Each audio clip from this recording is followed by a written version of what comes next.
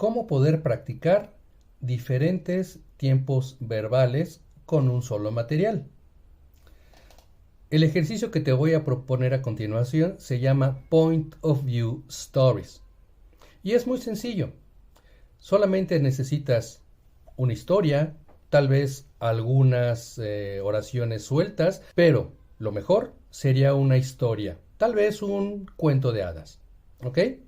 ¿Qué es lo que vas a hacer con este Point of View Stories? Lo que vas a hacer es cambiar el tiempo verbal de las oraciones que estás leyendo. Por ejemplo, te voy a decir una oración de un cuento clásico. ¿Ok? El cuento es Little Red Riding Hood, Caperucita Roja. Entonces, en alguna parte de la historia dice, Little Red Riding Hood visited her granny. Esta oración está en pasado, pero ¿cómo sonaría si tú la dijeras en presente? Sería algo parecido a Little Red Riding Hood visits her grandmother. O en futuro, Little Red Riding Hood will visit her grandmother. O, no sé, tal vez en presente progresivo. Little Red Riding Hood is visiting her grandmother. O en pasado progresivo. Little Red Riding Hood was visiting her grandmother. O en futuro progresivo. Little Red Riding Hood will be visiting her grandmother.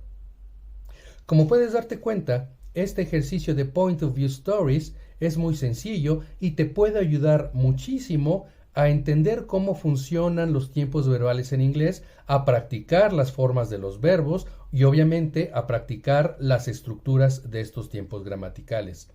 Es algo parecido al drilling que te he comentado en otros videos. Entonces, más o menos ya puedes darte una idea de cómo es que funciona este Point of View Stories.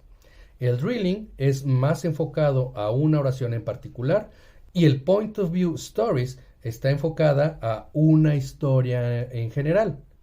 Te digo, puede ser un cuento de hadas.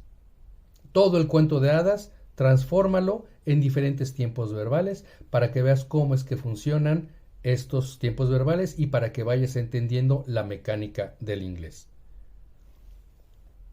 Sígueme en este canal para poderte dar más tips, más ideas y para poder enseñarte cómo aprender inglés de una mejor manera y que cada vez seas un aprendiente del inglés más exitoso.